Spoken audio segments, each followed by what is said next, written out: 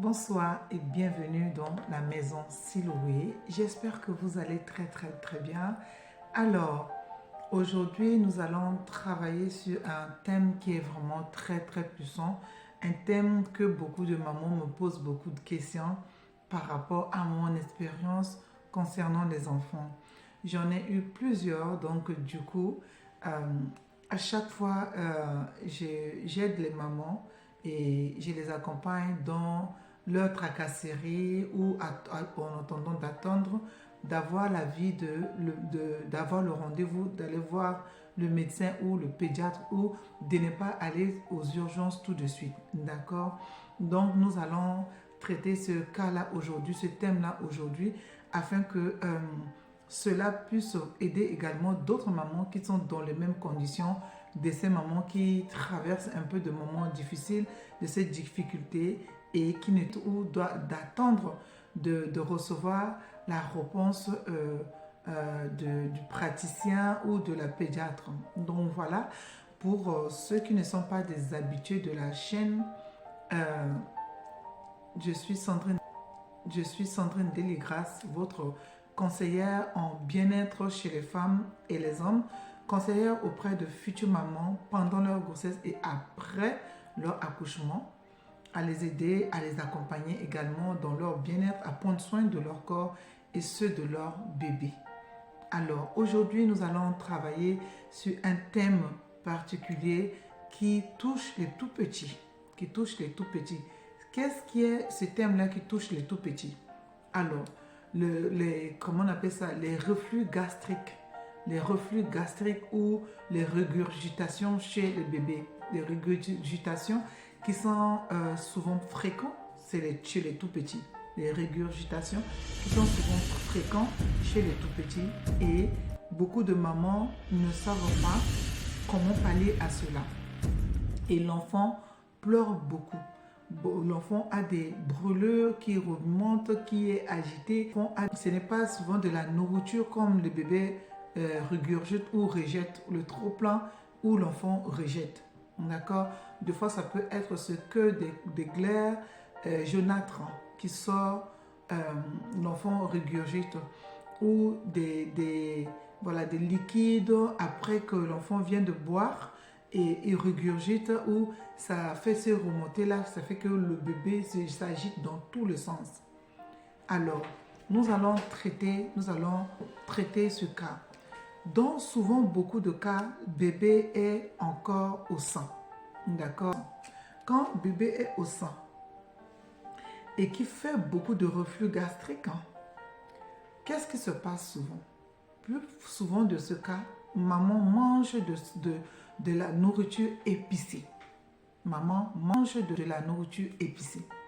Et quand maman mange de la nourriture épicée, ça passe dans le sang. D'accord? Ça passe dans le sang. Moi, comme j'étais à l'époque, j'allaitais encore mes enfants, à l'époque où mes bébés sont encore petits et que j'ai allaité jusqu'à 1 an et 3 mois, 1 an et demi, 1 an, pas et demi, 1 an et 3 mois ou 9 mois. Donc, dans ce cas-là, quand mon bébé commence à faire ça, je goûte mon lait. Oui, je goûte mon lait. Parce qu'avec le lait maternel, on peut faire beaucoup de choses avec le lait maternel. Le lait maternel, la maman peut également, si l'enfant a les poux, on peut mettre le lait maternel dans la tête pour tuer les poux. Parce que les poux fuient le lait maternel et le lait maternel les chasse. Voilà ce qu'on ne sait pas. Je m'arrête ici, il y a beaucoup de stratégies dedans. Donc, on va continuer. Qu'est-ce qui se passe quand bébé font des reflux gastriques? Plupart, maman mange des choses épicées, de la nourriture épicée. Maman mange un peu plus, comment on appelle ça, de l'assaisonnement dans sa nourriture. Maman change de l'alimentation et bébé ne supporte pas. Des alimentations souvent que toi-même tu sens de fois que quand tu le manges, tu ne digères pas. Par exemple, moi j'avais constaté les pâtes d'arachide. Quand je mange beaucoup de pâtes d'arachide, quand c'est trop, mon bébé ne supporte pas.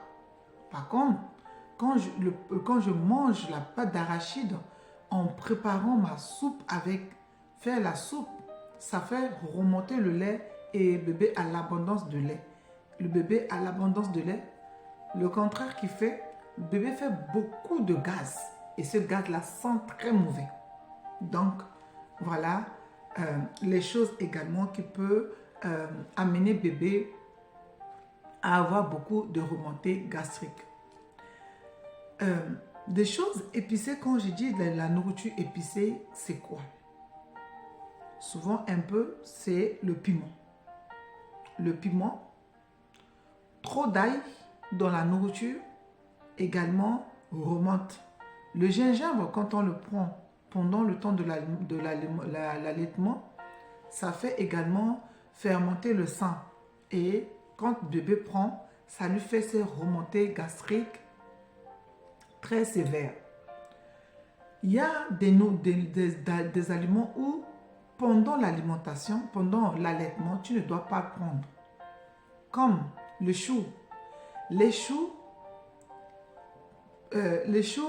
aident à aller à la selle, à perdre du poids, a beaucoup de bienfaits, mais le chou fermente très vite le lait.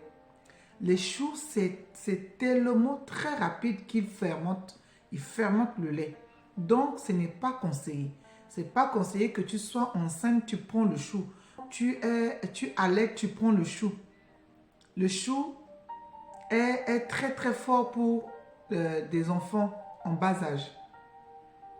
Également, d'autres choses, les choux, toute la famille de choux, les choux-fleurs, les choux brocolis et tous ces choux-là fermentent rapidement ton lait. Si l'enfant a tendance à ne pas téter très vite, le lait qui va rester, il dépasse 3 heures, ce lait-là commence à piquer un peu.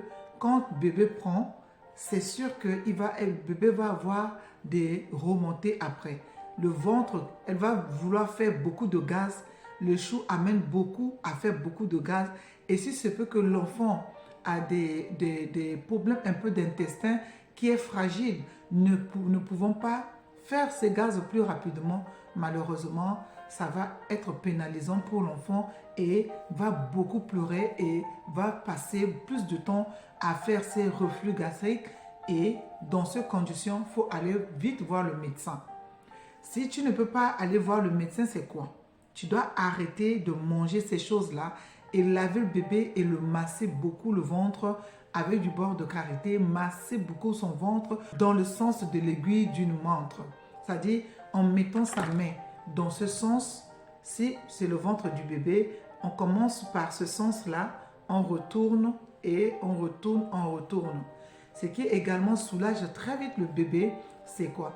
C'est de prendre 2 pieds de bébé, le ramener sur son ventre et mettre de l'eau qui est un peu, pas très très très chaud pour brûler l'enfant. Tu mets l'eau au niveau de ses lèvres jusqu'au niveau de rectum et tu la poses sur la table allongée et sur une couche et tu mets au fur et à mesure, l'enfant va aller à la selle et va faire les gaz au fur et à mesure. Cela va beaucoup alléger le bébé. Ça va assouplir le ventre et parce que le ventre est saturé de la nourriture, qu'est-ce qui fait? La nourriture remonte. Et si l'enfant puisse aller à la selle sans que ce bébé a besoin de mettre des assistances avec les médicaments, tu le pratiques tout simplement en mettant de l'eau un peu qui est un peu entre chaud, pas tiède, entre deux. Donc, ce taux-là, tu le mets, ça va vachement soulager bébé à faire ses popos avec les médicaments. Tu le pratiques tout simplement en mettant de l'eau un peu qui est un peu entre chaud, pas tiède, entre deux. Donc, ce taux-là, tu le mets, ça va vachement soulager bébé à faire ses popos et l'enfant sera bien après. Elle sera très bien après. Donc, voilà, les amis, ce qui amène beaucoup nos nourrissants à faire beaucoup de reflux gastrique. Par contre, si l'enfant ne tète pas, ne prend pas le lait maternel, le sein, qui prend le lait artificiel, qui fait beaucoup de reflux, soit le bébé là mange beaucoup plus vite, d'accord, mange beaucoup plus vite, ou le bout de tétine que l'enfant prend pour prendre son lait, ça dit que les doses, les trous sont trop gros et à force de manger très vite, cela va lui créer des bulles d'air et ces bulles d'air là va provoquer ces reflux également. Dans ce sens, dans ce cas-là, il faut aller chercher des tétines qui est plus proche du sein maternel et cela va aider le bébé à téter lentement. Il faut apprendre à l'enfant de téter lentement parce qu'il y a des enfants qui ont beaucoup de puissance de déglutination, donc ce qui fait qu'ils tètent plus vite et quand ils tètent plus vite, ils terminent vite également. Ça lui crée tout le temps de ce problème-là. Donc, prends le temps, quand il est en train de beaucoup téter, le ralentir tout doucement, l'amener, le mettre sur l'épaule, le faire lui parler. Prends le temps de lui parler quand il est en train de manger. Prends le temps de lui parler afin de le maintenir tout doucement, et soit tu mets des chansons douces, des chansons classiques et tu l'accompagnes ou toi-même tu chantes tout doucement et le bébé prend le temps de manger doucement pour pallier à tous ces problèmes-là que le bébé est en train de traverser et qui va lui poser des problèmes de reflux gastrique. Et plupart du temps, il faut baisser les dosages. Si le bébé a l'habitude de prendre du lait froid, tiédis un tout petit peu son lait. Tiédis un tout petit peu son lait, ça va beaucoup l'aider également. Donc voilà les mamans et nous allons prochainement continuer avec ces séries-là sur les bébés également ici. Il y a d'autres stratégies également avec les bébés, c'est surtout le massage. Le massage aide beaucoup l'enfant à faire augmenter au niveau de renfort de son corps et remonter également au niveau de l'intestin, masser beaucoup le ventre, fait fortifier également tous ces muqueuses, intestinales pour le fortifier afin que l'enfant soit apaisé. Voilà, si cette épingle t'a fait du bien, likez, partagez, abonne-toi et fais abonner tes amis également. C'est comme ça que nous marchons ensemble. Allez, à très bientôt. Bye bye.